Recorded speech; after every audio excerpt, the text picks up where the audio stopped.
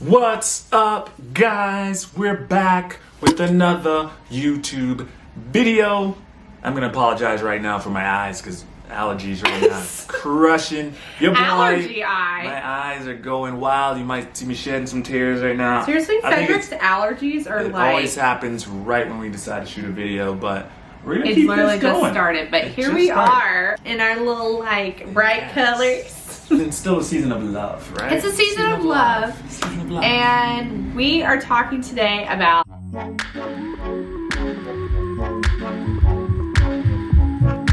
marriage. Yes. And even if you're not married, this is for you. Maybe you're in a serious relationship. You're thinking about it. You're thinking about it, but especially the people that are married are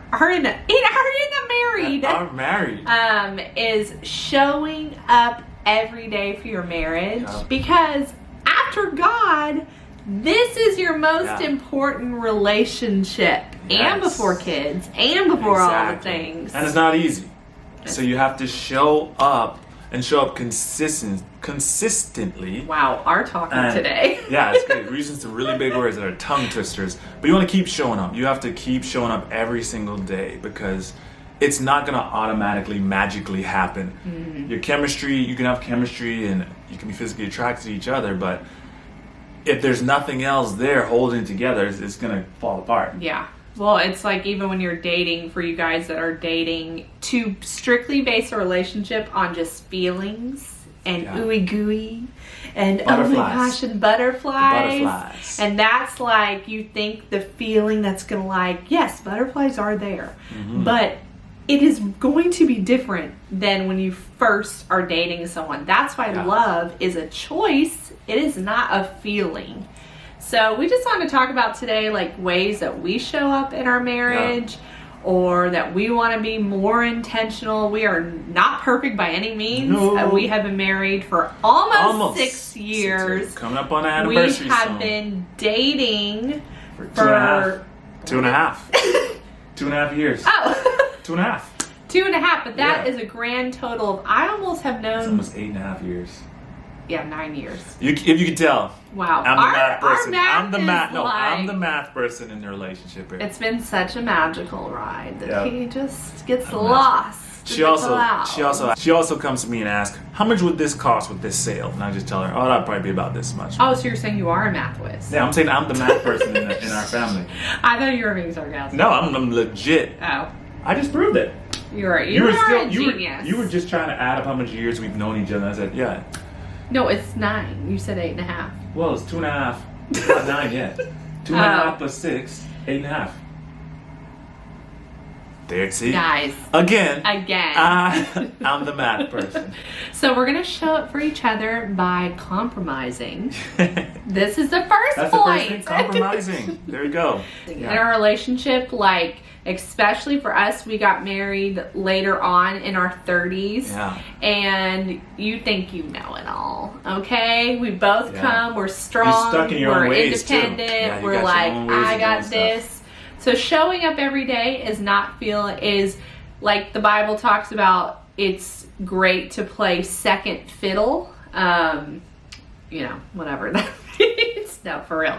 It's okay to let someone be right in a moment. It's okay to picking your battles and just trying to always come to that middle ground where we can just agree that this is what we're gonna do. We are passionate people. We're both passionate, and sometimes you can allow that passion to turn into a raging inferno inside you, and then that's what leads to arguments, and it could go sideways from there. But we always try to come to middle ground and just talk through conversation, and just to where we can both feel like we put something on the table. It wasn't just a one-sided, like we always take your side or on this thing or this topic, but we feel that we are mutually agreeing to move forward and respectfully. A great way to show up for your other person is to have a respect for them, letting them truly know, and we say this all the time, that we are on the same team, but that means in your tone, the way you communicate, the way you're focused on them. Like, respect is a lot, especially for guys. You can speak to this, what maybe it means. Yeah, respect. I mean, guys just love to know that they're respected. Not like they are dominant or anything like that, but just like your spouse respects you, or the girl you're dating respects you as a man, or respect you in the way she talks to you. And it's just respect is huge. And I think, and even with ladies, I feel like everybody always says it's like financial stability. That's kind of the one of the big things for ladies, feeling that their man's got them. He's able to just be there and support and all that stuff. But I think respect is just a huge thing for guys, and it means the world to know that your ride or die is there with you, and your ride or die is there with you, and she's gonna just have your back, and she respects you as the man that you are. Yeah. And I think for me, over the years, that has been tone. Yeah, it's true. So it comes in different forms. It comes in different forms. You may be out there and have a different way, like, oh man, I should really respect him in this. Yeah. Maybe you always think you're right and you don't listen to what your husband says and don't really think he knows what he's talking about. That could be a form of respect, is letting him have that moment. Yeah. But I think my tone, like, over the years of marriage, I've just been more mindful, because growing up, like, I just, like, that's just how we talk to each other. Everything was so, like, loud, and the louder you are, whatever the you more thought about the thought, And it kind of felt like I kind of want to dagger you, like I kind of do want to slice you with my words. And some of it is lighthearted and stuff, but the crazy thing is, if I compare it to something, to other people, you'd be like, oh, that seems very mild. But we aren't to compare ourselves with other people. No. It is a conviction from the Holy Spirit, and if it to your spouse sounds a certain way, they may be so kind that they're not saying anything, but if you invite the Holy Spirit into your marriage, believe me, he's going to speak more to you than he is about the other person. Yeah, and tone goes a lot of different ways too. I mean, I had to work with my tone too, because my tone's more like the blackbird. My tone's more that's a big blackbird. My tone is more of a straight, like, monotone, like, kind of like I get the emotion may be missing from the tone, like monotone. I'll hit, and it's like just so straightforward. It's like almost like a tone where you don't care about the thing you may be talking about, and that's just the way I was raised in a different, not in the same way she was, but the things I grew up seeing was just that's just how you talk. And I was like, well, that didn't work for us, so I have to work on my tone in certain situations. Expression. More expressive on certain areas and stuff that my spouse, Jacqueline, would love to be more expressed in. I think when you live with someone all the time, you could just think, or you forget that you need to put effort and intentionality, even with your words. And it might even be your tone. You may get so used to someone that at the beginning of your marriage, you encourage them, you always talked about them in the highest degree, even to your friends and to your family. When you're around them, you're like pouring into them, because that is a gift and you want to use it. And as time goes on, you're like, oh, he already knows that. Yeah. He already knows that. But that is something we are very mindful of, or I am. You are too.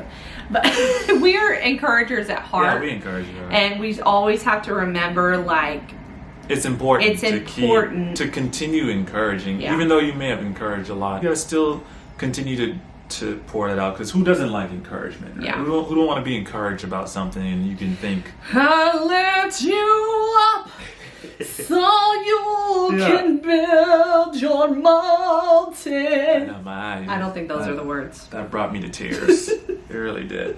But another point I wanted to say too is, like you mentioned it earlier, is another thing that you can show up for your spouse in is actually listening to them. Oh! Without them having to tell you a million different ways. Like, you actually hear them when they speak, or when they actually bring things that are in their heart to you in transparency and open and honest, hot, open and honest, open and transparent, hot. that you listen to what they're saying. Listening can be so hot. And that was something I had to work on, like listening before trying to fix. Because as a guy, we always want to fix it. We want to fix it right away. We want to fix it quick. So it's more, I had to learn to like listen more. Which I think you're such a good listener. Yeah, I mean, I've been working on it. You're a better listener than I am. I've been working on it. But it's so intentional with his listening. Yeah, you have to be intentional with your listening because you can hear what your partner is trying to say without them even saying it. To where it could be something like, they could say something like, oh, I feel like you've dropped off a little bit in appreciating me and showing me that you think that I'm valued, and then that could be a subtle clue like, hey, maybe I did.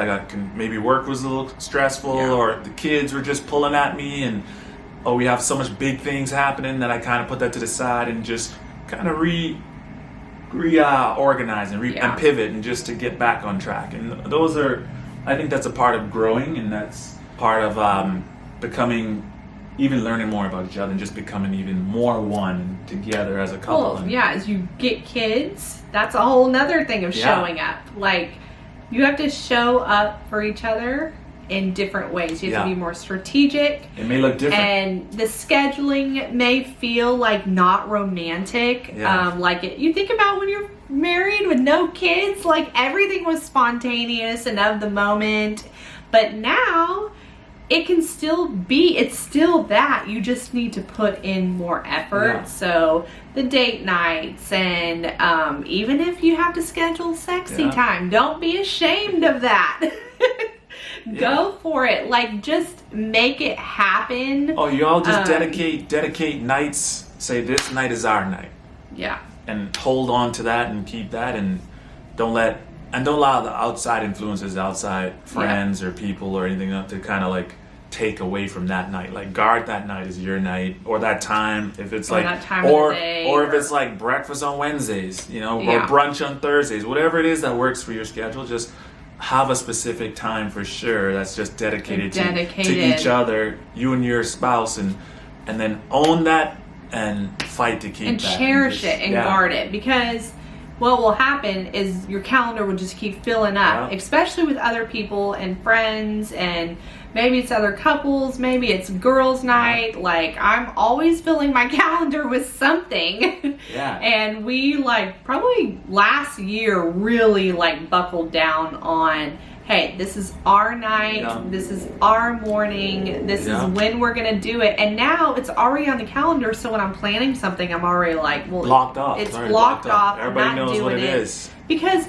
my marriage is number one. If I ever feel like things are creeping in, or Frederick and I mean, there are ebbs and flows of life, and you're going to be busy, but it's just little things. Like, the little things do matter. They start creeping in, and before you know it, it's like, whoa, like, are we even connected? Yeah. You're going to get out what you put into the relationship, and the way you work at it, the way you cultivate the relationship in your marriage. And I always think of farmers and how much work they put in tilling the soil, turning the soil, fertilizing the soil, watering the soil before they even plant the seed. So a lot of that work has to go into marriage and keeping it and working at it. And I always tell myself every day, it's like every day is a new opportunity to learn something new about Jacqueline, to learn something new about... But you just said that this morning. See, I think it every day. I don't say it every day, but I think that every day. Would you tell me? You're like, when I ever know... I say I did say that. I said if I ever get to the point where I know everything about you, then that's going to be a really boring time. Exactly. That's going to be so boring because that shows that you are interested still in me after 6 years, because... And there's so much more to know. Yes, I think learn. People like just grow uninterested in each other as if you know every single thing about them. And the thing is, you don't. Especially guys, women, they want you to take interest. Yeah. They want you to come in and dig a little bit. I know that could be out of your element. It is. Also, like, you gotta ask some questions. Ask the questions. Yeah, guys. ask the questions. That's a pro tip. But I also... She'll think you're interested if you're asking questions. So actually, if you're interested, you need to ask questions and keep the conversation going. Don't just focus on Don't just focus on the upside and the backside, if that makes sense. What is happening? But I'm just saying, just don't focus on because you ain't getting the upside or the backside without those questions. That's all I'm saying. This is for the married folks. For the married calm folks. down. Okay, calm down. Exactly. But like even with Frederick, okay, we are not the same people. No. We are interested in a lot of the same things, but there's a lot of stuff that I could care less. Yes, and about vice versa. And vice versa. Now, showing up for your spouse is taking interest in, like Frederick was saying, listening to the things. So I love to go deep. I believe it or not, some of y'all think that I would never go deep, but I do love going there. I go in and out all day. I can be and then go deep. Well, I've learned with Frederick, like he can't just go in and out like that with me. Not as much as you would like to go in because and out, that's like you like this more set aside time. I'm like, I rather like if this we is go fun in deep, time. Let's be fun. I'm like, if we go in deep, let's swim a little bit underwater. Yeah. I'm like, if we're gonna go deep, let's go deep. If we're gonna be not deep, then let's just be goofy, have fun, blah blah blah. Which is normally how I am, but I think when you live with someone, you can kind of like just go go in and out. But I've learned with Frederick, like even earlier I was cooking lunch just a minute ago and I was gonna say something pretty good in the deep end while we were just making a joke. Yeah. And I heard the Holy Spirit say, not now. Because we were also gearing up to film this video, and I think that would have sidetracked us. Yeah. And so, but another point I was going to say is when I go deep, I think that's very important. Okay. Yeah. So at the beginning of our marriage, Frederick would come talk to me about maybe like shoes or a game he saw or something, and I was just like, oh yeah, because I was thinking he's just talking about shoes. Yeah. But for him, that was something he was pretty passionate about. And I remember you did say one time, like, it feels like you're not really listening when I bring up stuff like that. Yeah, stuff that I think is important. That you may not think of as important. And I remember that first year of marriage because I was just like, oh, okay, whatever. But then when we talk about some deep, I'm like fully engaged, but I realized that is important to him. So, not that he doesn't go deep, but what I'm saying is our interest should be of concern. Yeah. Your other person, your spouse's interest. You should know your spouse's what your spouse is interested in. Yeah. And even if you don't understand it, even if you don't even like it, at least listen and keep the conversation going. Like add to the conversation. And that goes a long way. Even if you may not know everything about it, maybe ask some questions to try to learn. The fact that you're attempting to try to learn more about this thing that your spouse may be interested in, that goes a long way to your spouse, for your spouse knowing that you actually see them and you hear them and you care about the things that they care about, and what matters to them also matters to you, even if you don't have the breadth of knowledge that they may have in that topic. Exactly. Another way you could show up is prayer. Yes. So one of the biggest ways you can one of the biggest ways you can show up for each other is pray together, which we are getting better and better at. Yeah, but pray together and pray apart. Pray for each other. And that goes even just with the lifting each other up, but like bringing God into your marriage is a way to show up for your marriage. In a big way. Big way. If you're struggling in any way in your marriage, I promise coming together in unity, like it dismantles weapons. Even like worshiping together, that's a good one. Dismantles weapons. Like when you are at war with each other. We've had a lot of worship times. Yeah, I mean in hot, heated moments, in moments of sadness, in dark moments, in moments of celebration. I mean, we I think inviting God in all those scenarios as much as you can, as often as you can, I mean, goes a really long way. Yeah. Because if he's in it, who can be against it? Who can be against it? And like the enemy is fighting marriages so hard. as we all know, even if you came into it frolicking under a sunset, you know that the arrows are going to come against you. And you are no more like Christ than coming together in unity and marriage, because it's so hard, you know, but it's also can be so amazing. Frederick and I feel like we are still living the honeymoon phase, even with these kids. Even with them kids. Even with these kids. And I still tell them people at the hotel we in the honeymoon phase. And yeah, we're celebrating. We'll be at a hotel. We're always celebrating. We'll be at a hotel this weekend. We'll be at a hotel soon. I'm gonna tell them we're celebrating for my birthday. Which we are gonna be celebrating. We are gonna be. We're always celebrating. We're always celebrating my birthday. Any other ways you could? I mean, there's so many ways you can show up. We wanted to keep this a little bit shorter. I mean, we might. If y'all want us to do a part 2 on this, we'll do a part 2 on this. Just comment below, and also comment below if y'all suffer from allergies and y'all have found a good product that works for y'all, because I'm on the hunt. I feel like I've tried like 3 different things and none of them work. So let me know what y'all using. Maybe I'll try that. He's gonna do his allergies. Last thing I would say, he's gonna do his allergies. No, he's dealing with his allergies. We don't know what she's talking about. For all the married folk, y'all, the way to show up to, have some fun. Yes. Like this week, just have fun with each other. Laugh a lot. Like put down some of the serious conversations, okay? Like sometimes humor and laughing and sex will literally just fuels the soul. Brings the connection back. Put a little bit more fun. But just some fun. If you have to plan the fun, plan the fun. Watch a funny movie. Watch a funny movie. Do something. Like there's that verse that came to my mind, and this is not just about wives, but it was talking about like a nagging wife is like a dripping floss. I don't know what I'm saying, but sometimes like we can just get so in our marriages and so tough, and I'm just you know, like laugh. Remember why you came together. Exactly. And the best way I think you can show up is to think the best of each other. And in the good situations, yes, and in the bad situations, always think the best of each other, knowing that this person, like, okay, I know we got a little heated, but if I look at it from a bigger picture, I know this person has my best interest in mind.